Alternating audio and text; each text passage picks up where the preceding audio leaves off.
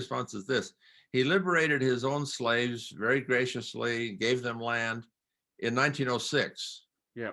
Well, Yobaseo, the slaves were supposed to have been freed in 1894.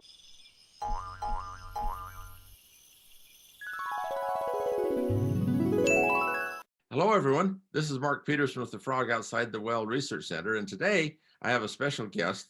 It's Jacco Zwetsloot, and Hi there.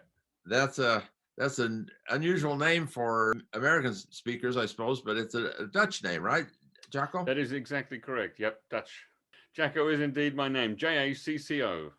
Okay, very good. We met a while ago, 2 years ago, I guess, on one of my trips to Korea. How was it we met, Jacco?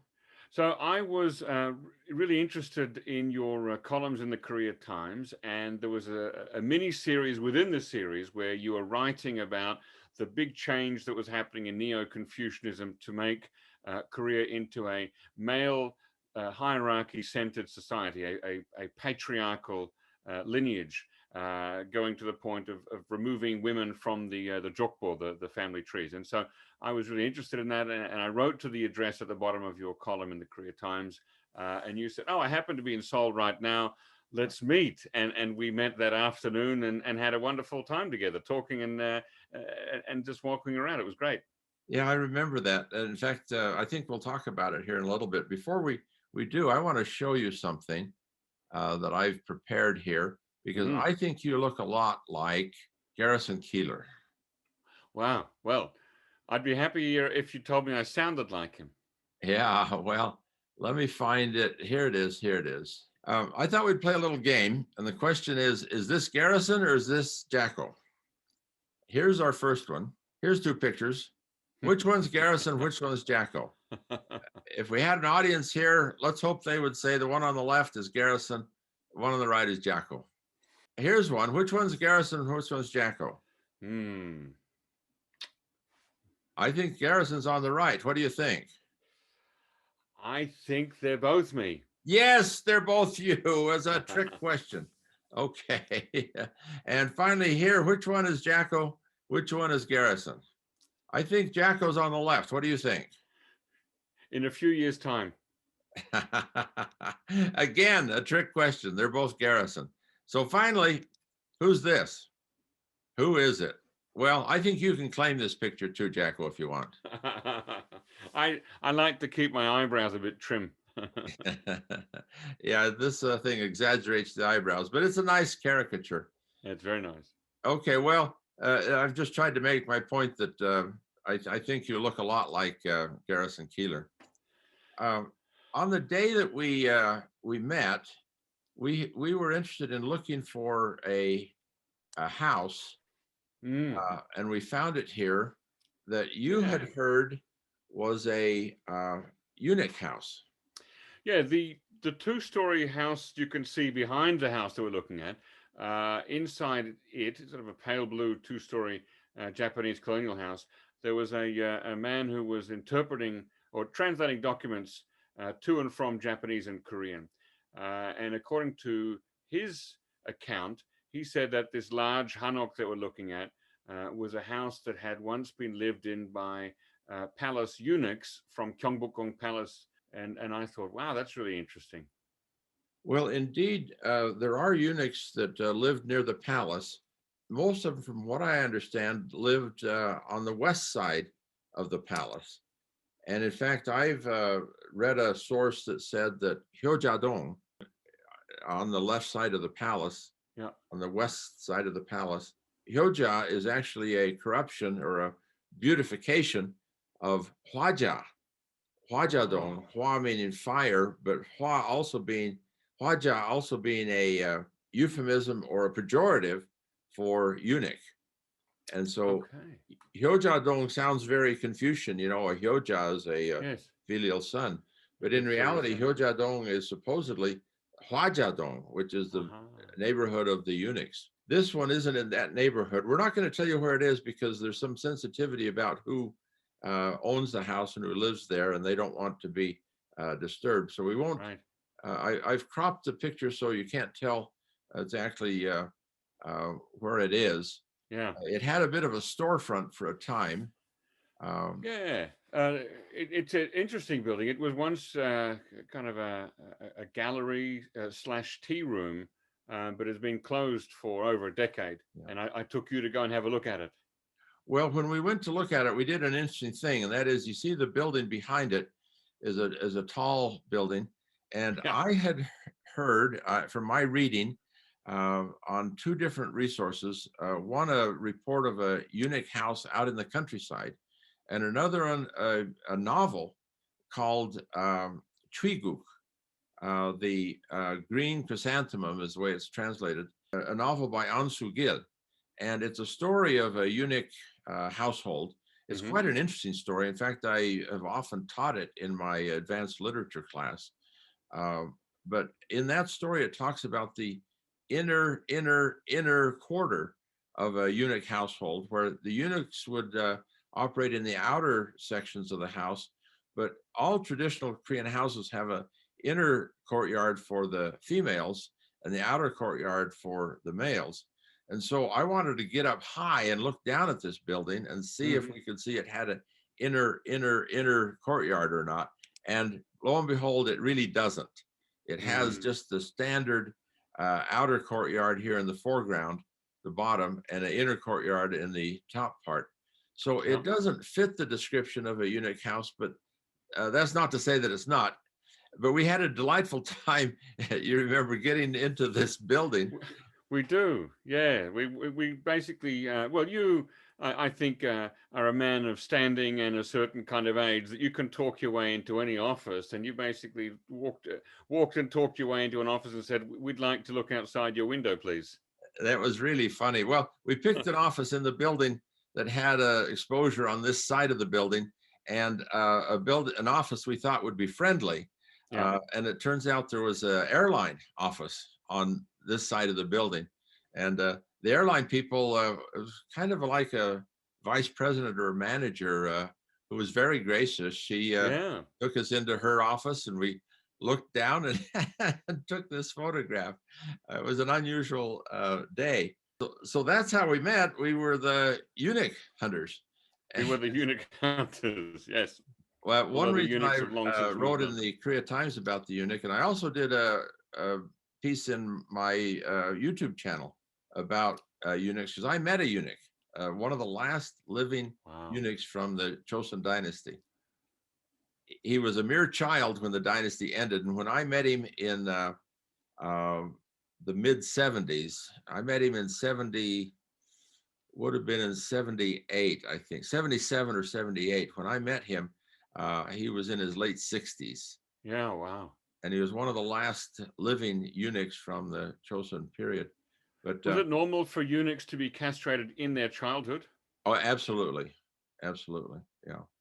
Wow. In fact, there's a folklore about it. They say that most eunuchs, Koreans don't like to admit that there was a surgical castration that took place. They like to think that the castration was accidental. Ah, And they okay. So say that that most eunuchs became slipped while eunuchs. climbing a tree or something. Well, dogs. Oh, They God. say that for an infant to change the diaper, that they would let the dog clean up the diaper mess, and the dog would sometimes get a little too rambunctious and take more than he should have. Who let the dogs out? Yeah, as they say. So that was our eunuch hunting adventure. I should Yeah. ask you what you're doing these days. What you're working on? You're working on a North Korean thing, I understand. That's right. I've long been fascinated by North Korea. I've noticed that you've done some really interesting videos talking to North Korean defectors and watching the Korean TV drama Crash Landing on You with a defector and talking about that. I make a weekly interview podcast for the website nknews.org. It's the only news website devoted entirely to news about North Korea. So every week I interview somebody different about North Korea. Sometimes it's a defector, sometimes it's a former government official, sometimes it's an academic. Recently, I had Steve Biegun on the show, former special representative to North Korea under President Trump, and he talked to me for 2.5 hours, gave me a wonderful oral history about his experiences with the North Koreans. And of course, this week being the anniversary of the Korean War armistice, I interviewed Dick Underwood, who was one of the interpreters at the peace talks in Kaesong in 1951. Oh my goodness. Dick Underwood is an old friend of mine. How old is Dick now? He's 94. Oh my goodness. In good health and sharp, is he? Still as sharp as a tack. He did have a little bit of medical treatment just before we had that made us delay the timing of the interview a little bit. But other than that, he's in great health. Well, good for you. Yeah, North Korea is interesting. Indeed, I've got some North Korean friends that are here in America that are studying, and I've become acquainted with them and talked with them and done a couple of YouTubes with them. Indeed. Oh, wonderful! Yeah. Yeah. Oh, I would encourage your listeners to check our YouTubes out as well. The NK News podcast. Okay, NK News podcast. Well, you had a couple of questions about Korean culture. Yes, I'm always interested here and there. You read little bits and pieces, dribs and drabs about the existence of slavery in pre-modern Korean society, and I'm really wondering, how much do we know about the form of Korean slavery and how it began and how it ended? Well, I did a YouTube on this, but I think it was all in Korean. But outline of it is Korea has had a major slave holding tradition. You don't hear much about it in South Korea because it's avoidance. Koreans avoid it as an academic subject and as a topic of conversation. It's an unpleasant topic. Owning other people is a very unpleasant thing to think about. And but actually Korea, according to international experts, has the longest unbroken chain of slaveholding of any country in the world. Wow. Yeah. And the YouTube that I did about it, it was number 9 in a series. I'll post this up here. Number 9 in a 10-part that later turned into a 12-part series of my arguments about why Korea should be seen as a stable, peaceful society. And it's part of my arguments that Koreans basically misunderstand their own history from the distortion and the turmoil of the 20th century.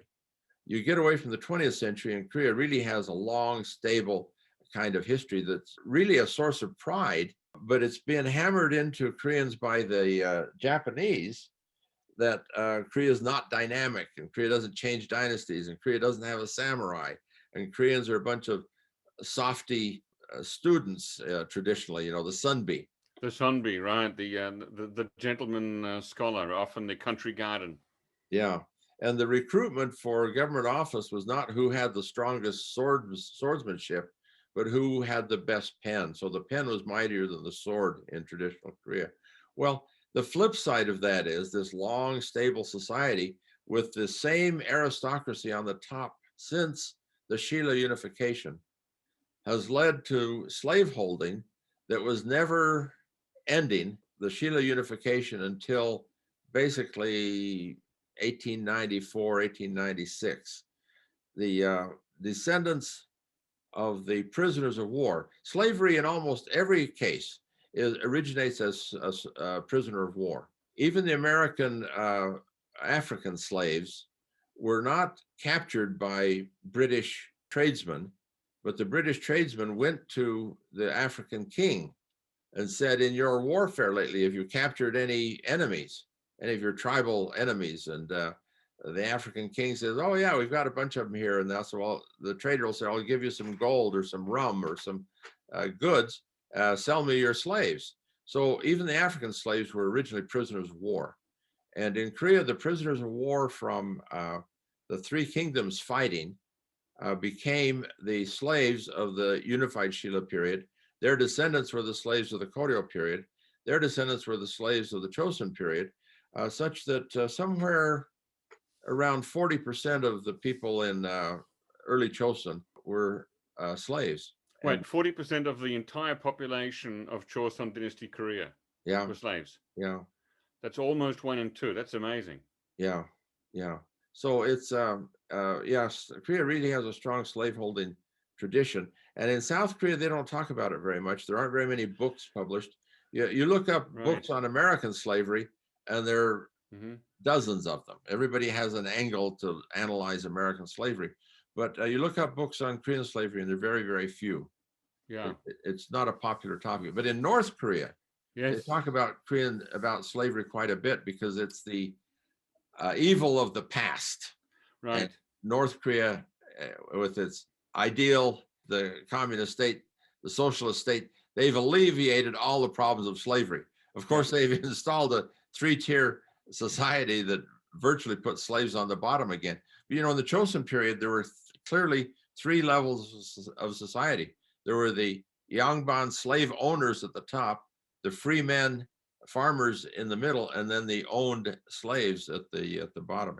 It was very clear when you registered for a census registration as to where you were on the social hierarchy.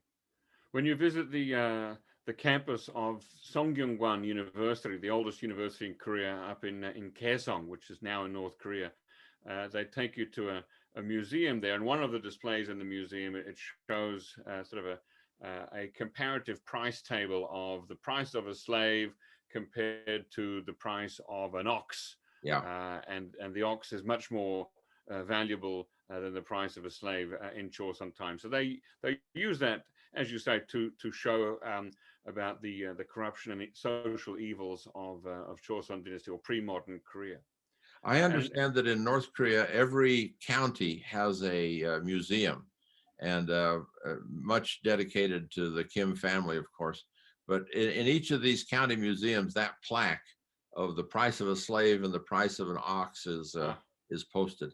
That plaque is probably not accurate in all times and all places, but at one point, perhaps it was. You mentioned a freedom fighter who was noteworthy for liberating his slaves. Yes, Kim Jwa-jin, was that his name? Yeah. My response, you asked what I thought about that. My response is this. He liberated his own slaves very graciously, gave them land in 1906. Yeah. Well, Yoboseo, the slaves were supposed to have been freed in 1894. So if he's going to get a medal for being such a gracious guy to let his slaves go, he's only 12 years late. And this brings up a more important point, and that is that he probably was gracious, or they wouldn't have said so in his biography, meaning he was ahead of the curve, meaning the liberation of slaves in 1894 or 1896 or 1898 didn't take place. And a government can decree any kind of social change, but it ain't going to happen because people have invested interests in the things the way they are. So on the other hand, we often say that slavery wasn't really removed until 1910 when the Japanese took over. But in reality, what does a former slave do? Well, very often he works as a sharecropper or a wage earner on the farm, and is virtually a slave for the next generation or 2 or 3. When I first went to Korea in 1965, we had a laundry lady who would come in and do our laundry for us once a week. And she was introduced to me as the slave of our neighbor.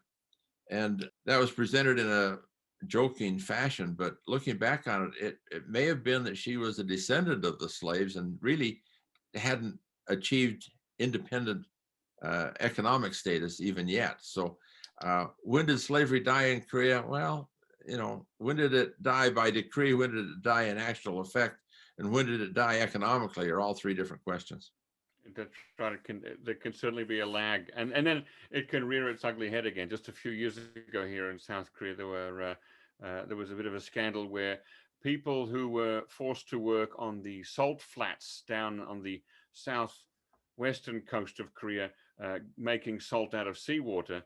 These were often people who had been forced into a kind of slavery in which they were not free to live and work as they wanted to, and didn't actually receive a wage, but were mistreated. And they were often people who were socially disadvantaged or handicapped or mentally ill. Yeah. You run into forms of slavery in Korea, in the United States, in other countries. And then, of course, there's the sexual slavery, the human trafficking, where a young woman is trapped and then convinced that she can't escape and has to stay on in the brothel, which ties into the sexual slavery during the Japanese era. So yeah, slavery is a terrible human condition, but one that rears its ugly head from time to time. Now, I want to ask you as well, Mark, does having a slave system, does that make a society feudal?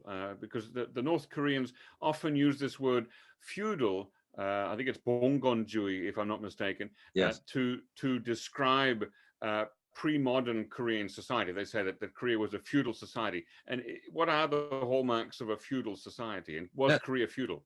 Yeah, that's a very interesting question. I did a video on this fairly recently, and the comments that came in were very interesting because people use the term feudalism or 봉건주의 very casually. And I was striking out saying, hey, there was no feudalism in traditional Korea.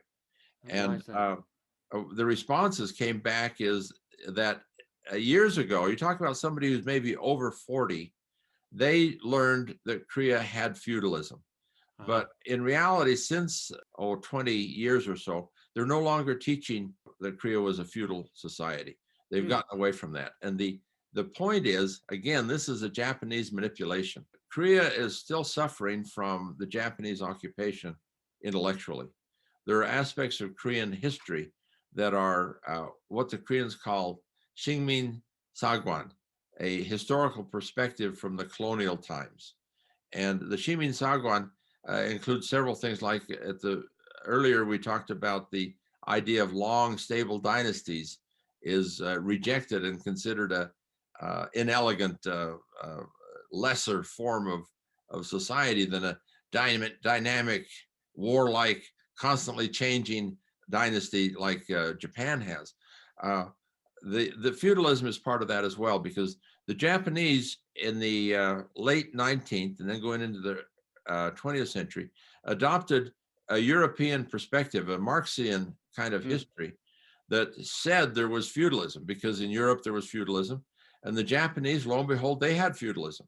They had these warring fiefs controlled by knights or daimyo, and they considered themselves higher on the evolutionary scale, on the hierarchical scale, than the Koreans, because they were more similar to the Europeans. Now, in retrospect, the argument is absolutely reversed, and that is to say that feudalism is lower on the developmental scale, and a centralized state is a higher form of government.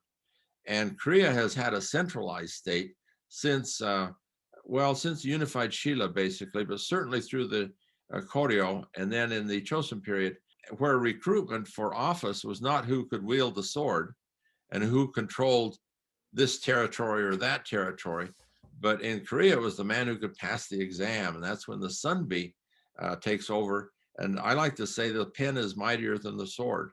And although the Japanese controlled Korea and tried to tell Korea, you didn't have a good feudalistic system, you're not as well developed as we are, Korea's response now is we were better developed than you were, Japan. And we did not have a true feudal system at all in Korea. Yeah. So you'll hear the term used, but it's used in a sloppy fashion. It's used when you say Pongo. Right, as a kind of a shorthand for saying it's pre-modern. Yeah, exactly. And modern Koreans under 40 have learned that Korea did not have a feudal society.